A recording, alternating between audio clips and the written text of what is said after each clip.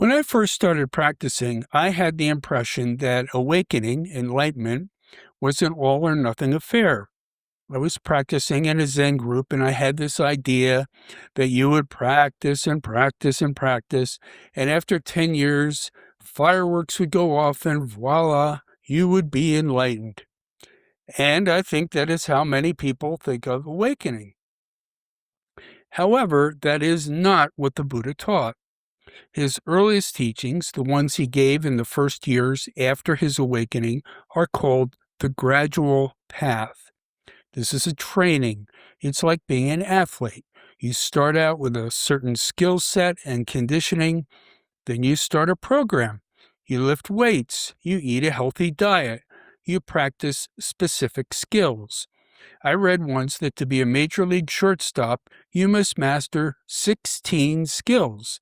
These are divided into 8 defensive skills, 5 awareness and leadership skills, and 3 physical and mental traits. Buddhist training is a lot like that. However, one difference between Buddhist training and becoming a shortstop is that in baseball, you must master all these skills, at least at the major league level.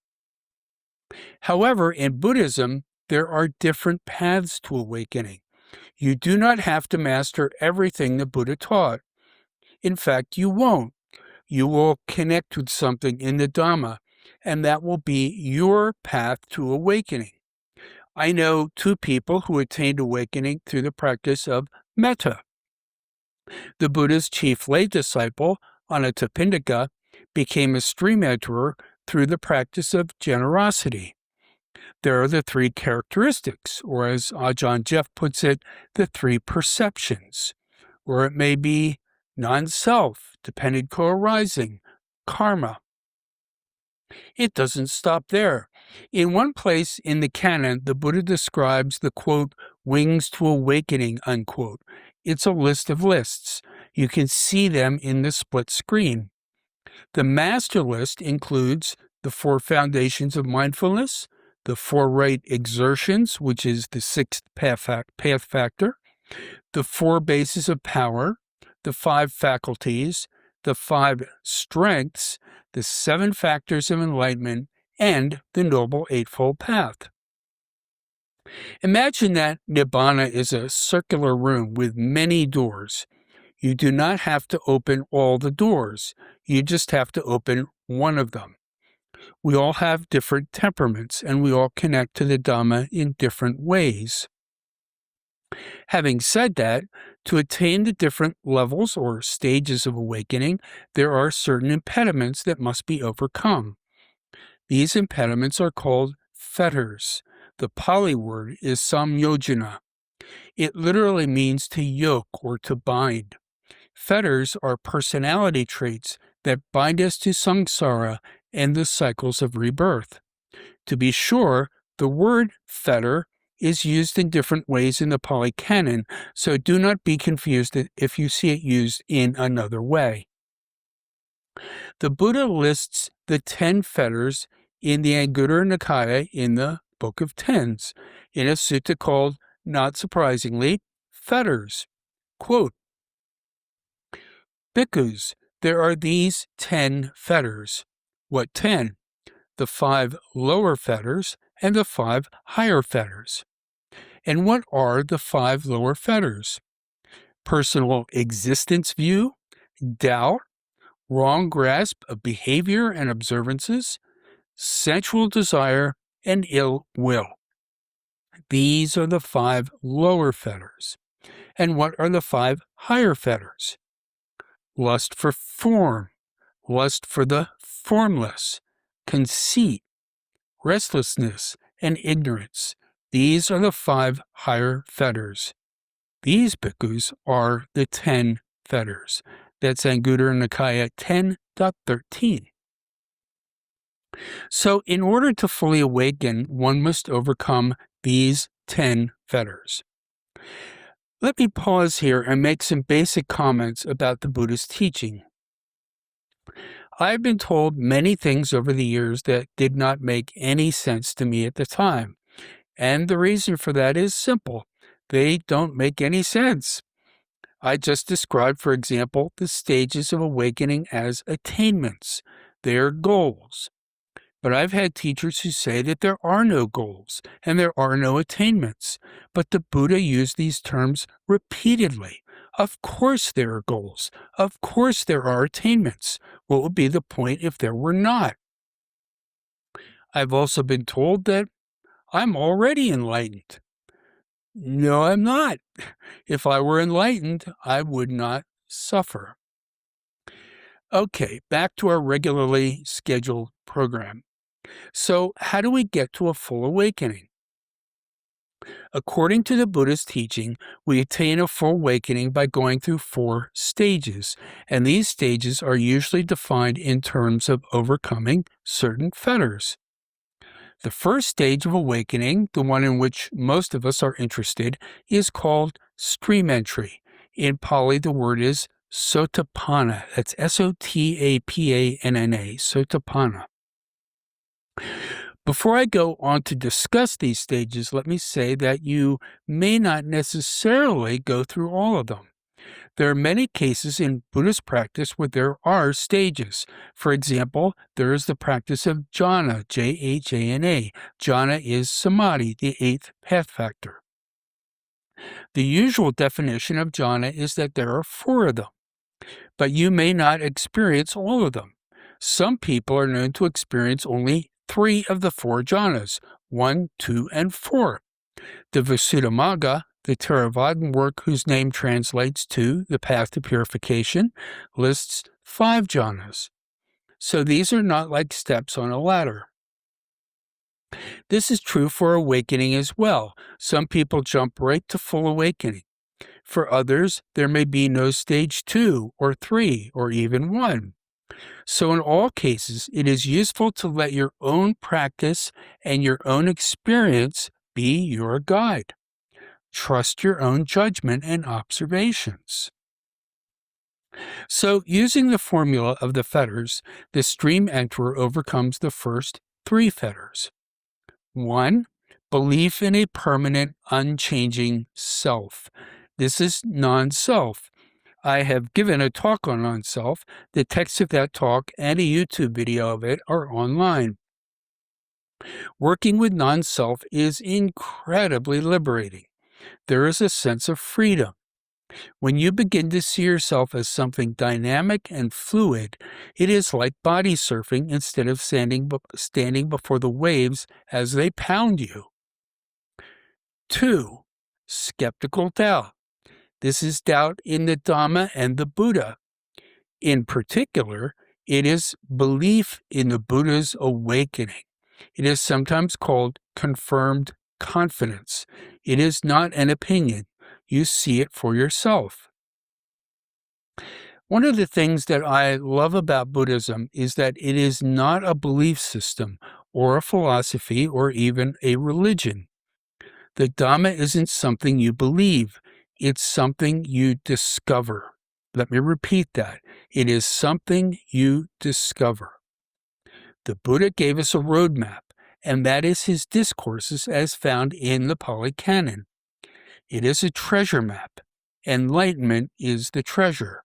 You follow the map to get to the treasure. And as I said, it is not all or nothing. You will have aha moments when something you read or heard suddenly becomes clear. Perhaps a teaching you first heard 10 years ago will become understood in a way that it becomes part of your bones. It is not something you read and believe. It is like seeing the sky. No one can convince you that the sky doesn't exist. And if someone asks you to convince them that the sky exists, you would hardly know where to begin. This is what happens to you when you enter the stream. 3. Clinging to rites and rituals. The above quote from the Anguttara Nikaya translates this as, quote, wrong grasp of behavior and observances, unquote, which is not very clear. I think that clinging to rites and rituals is more understandable. Let me describe this in two ways. I will start with the original way as it would have been understood at the time of the Buddha and into modern times in India. At the time of the Buddha, the predominant religion in India was Brahmanism. This eventually morphed into modern Hinduism. Probably the biggest difference between Brahmanism and Hinduism is that Brahmins performed animal sacrifices, which of course no Hindu would do. This was the influence of Buddhism on Brahmanism from the time just before and after the year 0 BCE, when Buddhism was the predominant faith in India. Hinduism is predicated on the idea that you're born into a caste, and if you perform the obligations of that caste, you will have a good rebirth. One of these obligations is the practice of rituals that are conducted by priests. These rituals occur at auspicious times, such as births, weddings, deaths, and so on. In presenting the third fetter as a condition for stream entry, the Buddha is refuting the efficacy of these rites and rituals. So that is the classic traditional way to understand the third fetter. However, I think you can see how in the West, in modern times, there are also people who cling to such things. I grew up in a modest household in the German Reformed faith. The German Reformed religion is distantly related to the Amish and the Mennonites. They all believe in simplicity. There is a derogatory German word, Hochmut, that's Hochmut, which means showy and ostentatious. It's not a good thing. Now, in the German Reformed communities, ceremonies like weddings are simple. In fact, most community observations were similar. For a wedding, there was a simple service followed by a potluck dinner. And don't underestimate those dinners. The Pennsylvania Germans really know how to cook. When I grew older and left that community, I was introduced to what I will call the traditional Western wedding. Most of these were Christian and one was Jewish. I was, frankly, appalled, horrified, even offended. But we can even look at more mundane examples of how we're attached to rites and rituals. They're habits. We do the same things the same way, and if we can't, we suffer. Now, to be sure, some habits are very nice. Monasteries have them. They're intended to incline our minds in a certain way. But if you absolutely must have that afternoon tea or evening chocolate, that is an attachment. The important point is that these habits make you suffer. By letting go of those attachments, you overcome a cause for suffering. So that is the classic formula for stream entry. We abandon the fetters of self-identity view, skeptical doubt, and attachment to rites and rituals. Having said that, some of you may recall that I told this story in one of my other talks. I will give an abbreviated version here. The classic formula for stream entry is found in the Majjhima Nikaya, the middle-length discourses of the Buddha. But in the Samyutta Nikaya, the connected discourses of the Buddha, there is a different formula. There, stream entry is achieved by attaining four qualities. These are 1. Complete confidence in the Buddha. 2. Complete confidence in the Dharma. 3. Complete confidence in the Sangha. And 4. Complete confidence in virtue. Virtue is important because I know people who try to skip steps on the way to enlightenment. Many years ago, when I was regularly going to retreats at the Barry Center for Buddhist Studies, I heard a story about a retreat where the sole intent was awakening. People showed up and they stressed and they strained to awaken. And according to the staff at BCBS, they were the most insufferable people who showed up there at any of their retreats. So keep it simple. Be a nice person. Be kind. Be generous. And before we leave the topic of stream entry, let me say this.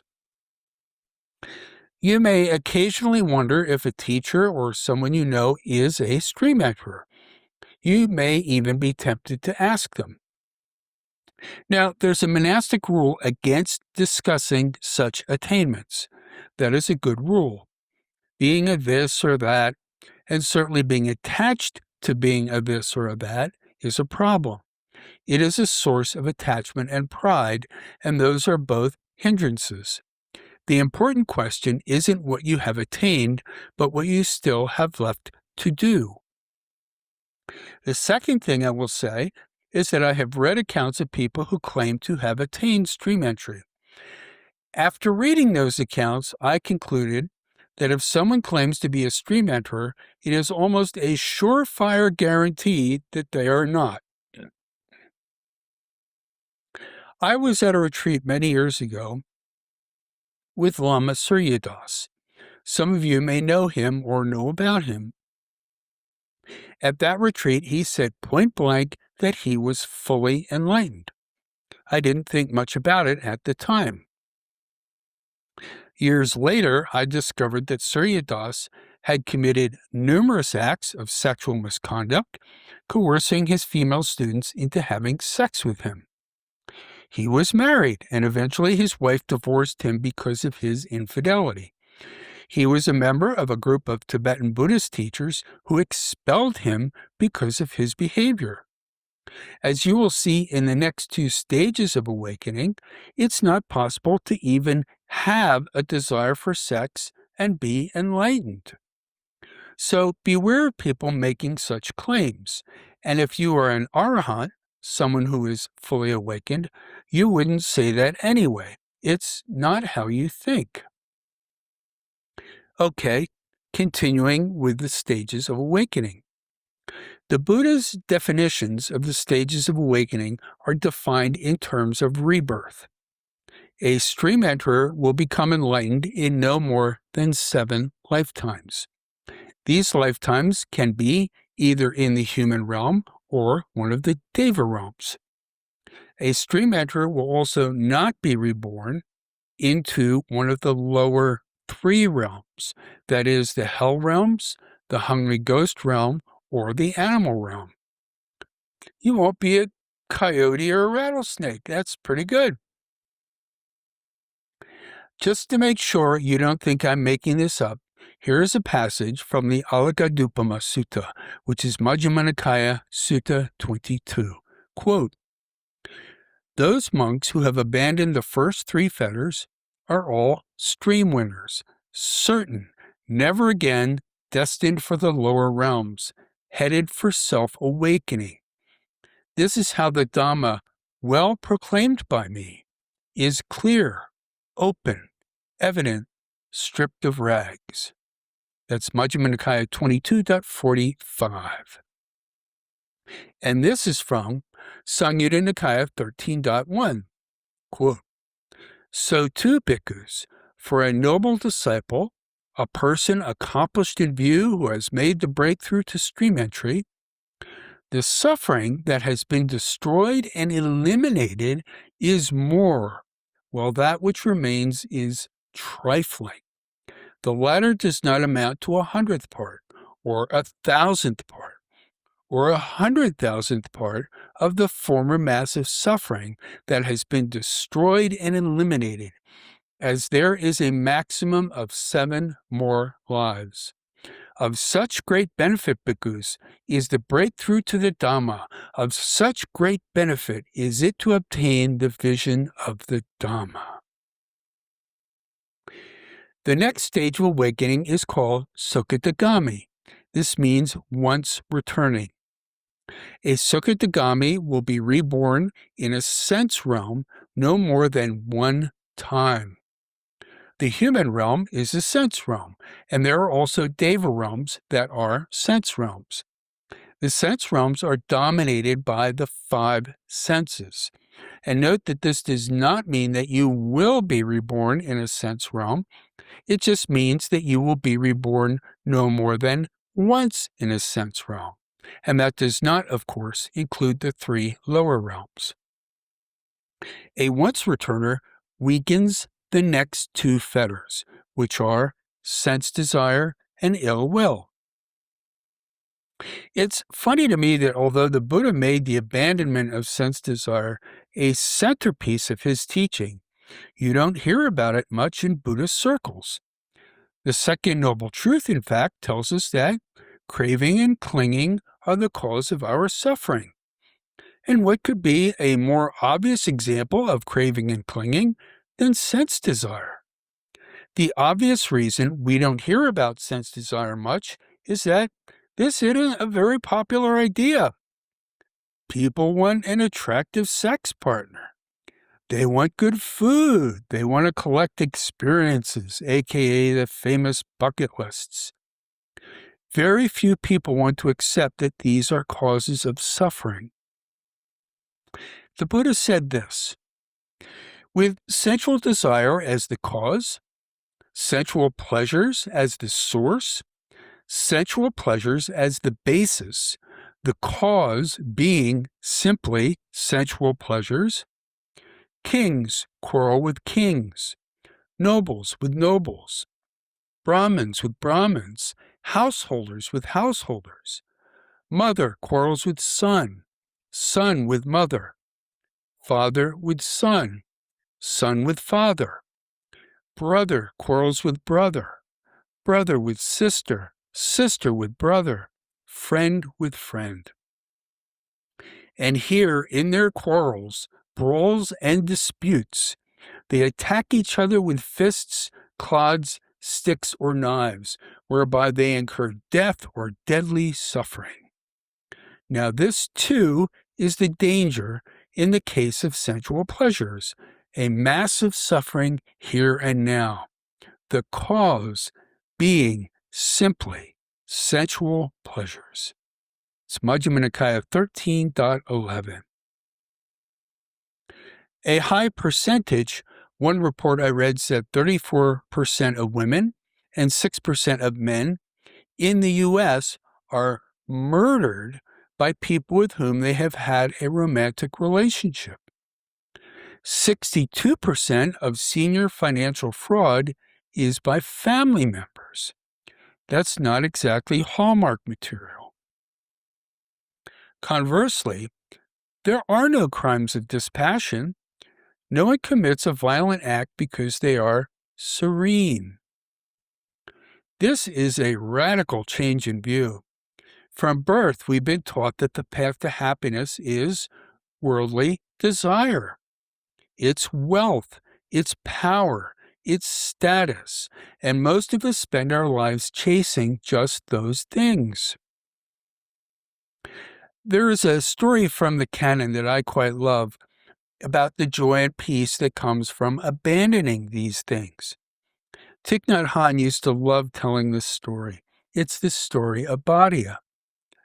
Bhatia was originally from a privileged and wealthy family, but he decided to abandon his rich, powerful, and wealthy lifestyle to become one of the Buddha's monks. So Bhatia was at a monastery, and he was overheard on a number of occasions to exclaim, "What bliss, what bliss." The monks who heard him assumed that because he had come from a family of such wealth and power, he was thinking about his former life and how wonderful and opulent it was. Quote, "There's no doubt but that Venerable Bhatia, Kalogada's son, doesn't enjoy leading the holy life. For when he was a householder, he knew the bliss of kingship, so that now on recollecting that, when going to the wilderness or to the root of a tree or to an empty dwelling, he is repeatedly exclaiming, 'What bliss, what bliss.'" It's worth pointing out what busybodies this makes the monks out to be. And being busybodies, they naturally reported Bhatia's behavior to the Buddha. They told on him. So the Buddha summoned Bhatia to discuss this with him. the following dialogue ensued. The Blessed One said to him, "Is it true, Bhatia, that on going to the wilderness, to the root of a tree, or to an empty dwelling, you repeatedly exclaim, 'What bliss, what bliss?'" "Yes, Lord." "What compelling reason do you have in mind that, when going to the wilderness, to the root of a tree, or to an empty dwelling, you repeatedly exclaim, 'What bliss, what bliss?'" Bhatia responds, "Before, when I was a householder, maintaining the bliss of kingship, Lord, I had guards posted within and without the royal apartments, within and without the city, within and without the countryside. But even though I was thus guarded, thus protected, I lived in fear, agitated, distrustful, and afraid. But now, on going alone to the wilderness, to the foot of a tree, or to an empty dwelling, I live without fear, unagitated, confident, and unafraid, unconcerned, unruffled, my once satisfied, with my mind like a wild deer. This is the compelling reason I have in mind that, when going to the wilderness, to the root of a tree, or to an empty dwelling, I repeatedly exclaim, 'What bliss! What bliss!'" This is such a beautiful story. The dirty little secret of Buddhism is that this path leads to a joy that is unimaginable in conventional terms. To be sure, this is not easy. But again, to use the example of an athlete in training, world-class athletes exert great effort to do what they do. The greatest athletes are often described as being the hardest working, but they also love what they do. The importance of joy on this path cannot be underestimated. I've heard teachers disparage enjoyment and pleasure. There is a difference between the pleasure of meditation and the pleasure of worldly desire. When the Buddha describes his path to awakening, it contains this epiphany. Quote, "I recall that when my father, the Shakyan, was occupied, while I was sitting in the cool shade of a rose apple tree, quite secluded from sensual pleasures, secluded from unwholesome states, I entered upon and abided in the first jhana, which is accompanied by applied and sustained thought, with rapture and pleasure born of seclusion." Could that be the path to enlightenment? Then following on that moment came the realization that is indeed the path to enlightenment. It's Majjhima Nikaya 36.31. Rapture and pleasure born of seclusion. It doesn't say stress, strain, struggle, and pain. It says rapture and pleasure. The company line in Buddhist circles is that there's a danger in becoming attached to samadhi. I'm saying get attached. It's part of the path. It's a crucial part of the path. It's the eighth factor of the Noble Eightfold Path. You can't awaken without it. The Buddha says so. Of course, you will eventually get, frankly, tired of it. It is limited, and you will go looking for something better. And that will happen when the time is right. So that is sense desire as a fetter and its role in becoming a once-returner. The other fetter overcome by a once-returner is the weakening of ill will. This is metta. Metta is joined at the hip with the second jhana, the state of samadhi or meditative absorption. The experience of metta, as well as the second jhana, has an energy center at the heart chakra. When you're in the second jhana, you can make a subtle shift into metta. You will find it impossible to feel ill will toward anyone. I should also make this comment about metta. Metta isn't about approving bad behavior. It's about loving someone despite their bad behavior. It's the love of a mother for her child, even if that child is less than perfect. In a more subtle Buddhist sense, true happiness only comes with kindness. So in wishing goodwill for anyone, the hope is that they will see this. They will become truly happy through kindness and generosity. This isn't some fantasy. There are numerous examples of people behaving quite badly and then seeing into the evil of their ways and changing. In 1988, George Bush was running for president against Michael Dukakis. His campaign manager was Lee Atwater, and Atwater engaged in many cruel and vicious attacks on Dukakis.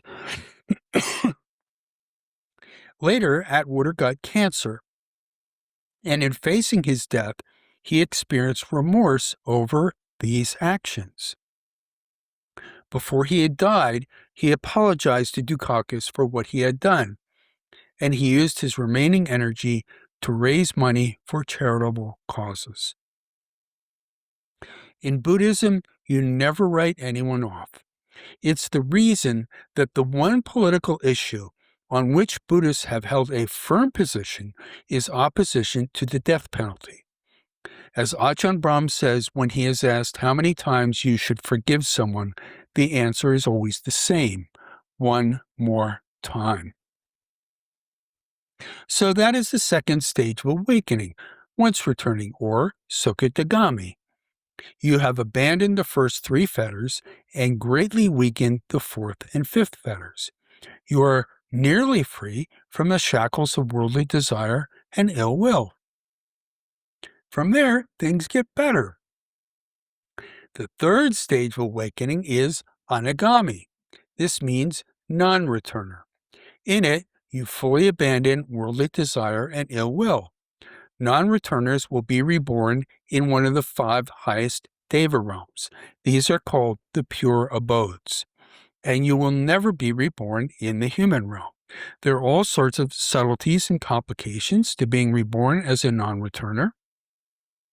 But for our purposes, I think this simple explanation is enough. By the time you're a non-returner, you won't need someone to explain this to you anyway. This leaves the final stage of awakening, and that is full awakening. Someone who is fully awakened is called an arahant. Arahant literally means worthy one. 19th century Western scholars translated this in what I used to think was a rather quaint way, and that is saint. However, I have come to embrace this translation. Arahants are certainly worthy of being thought of in this way. Arahants abandon the final 5 fetters, the higher fetters. 1. Desire for rebirth in a material realm, one in which there is a physical body. 2. Desire for rebirth in an immaterial realm, that's one in which the being is pure mind. 3. Conceit. 4. Restlessness. 5. Ignorance. I will touch on these briefly. Ignorance is replaced by wisdom. Wisdom in Buddhism usually means penetrating the 4 noble truths. This also means, more generally, penetrating causality. That is, everything comes into being because of causes and conditions, and when those causes and conditions are no longer present, they no longer exist.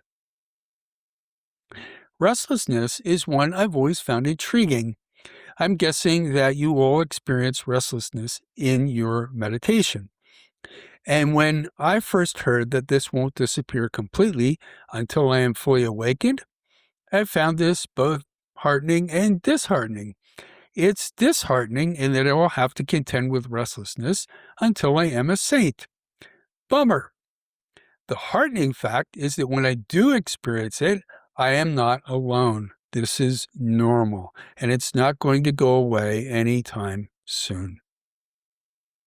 The third higher fetter is conceit. Although the sense of a permanent, unchanging self is overcome in stream entry, the experience is still self-referential. There is a feeling that I have abandoned the lower fetters. An arhat would only think that he or she has, as the Buddha put it, done what had to be done. And to be sure, along the way, conceit can be useful, so do not be too ideological about it. If you have a sense of conceit that you want to act in wholesome ways and abstain from unwholesome acts, that's a helpful conceit. And you will abandon all conceit at the appropriate time because it won't be useful anymore. The first two higher fetters point to abandoning desire for any type of rebirth. The Pali word for enlightenment is nibbana. The Sanskrit word is nirvana.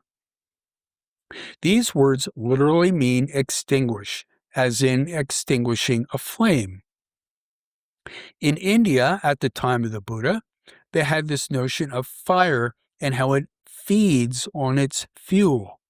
In the context of the Dharma, we are feeding on craving and clinging. The attainment of nibbana means that this feeding has come to an end, and so has suffering. Quote, "When I knew and saw thus, my mind was liberated from the taint of sensual desire, from the taint of being, and from the taint of ignorance. When it was liberated, there came the knowledge. It is liberated. I directly knew birth is destroyed. The holy life has been lived. What had to be done has been done. There is no more coming to any state of being." That's Majjhima Nikaya 4.32. Okay, this is a lot, I know, but now let me come back to our practices in our lives. If we can attain stream entry, of course, that is wonderful. We will have a good rebirth. We will have no more than 7 lifetimes in samsara. And let me add a note, and that is that at the time of death, it's wonderful to be able to conjure up the desire to be reborn in a way that is auspicious for Dharma practice. This type of aspiration at the moment of death can be quite helpful. But even if you don't attain stream entry, do not despair. The Buddha described the 8 types of noble people. The Buddha said this, "Bhikkhus, these 8 persons are worthy of gifts, worthy of hospitality, worthy of offerings, worthy of reverential salutation, an unsurpassed field of merit for the world." What 8? The stream enterer, the one practicing for realization of the fruit of stream entry, the once returner, the one practicing for realization of the fruit of once returning, the non-returner, the one practicing for realization of the fruit of non-returning, the arahant, the one practicing for realization of the fruit of arahantship. These 8 persons, bhikkhus, are worthy of gifts, worthy of hospitality, worthy of offerings, worthy of reverential salutation, an unsurpassed field of merit for the world. It's Anguttara Nikaya 8.59. There is certainly the implication that anyone practicing diligently and sincerely for stream entry has, in fact, gained something important. It isn't stream entry, but it's pretty good. And I think the implication is that even though you are not officially on your way, you are close enough as long as you do not waver.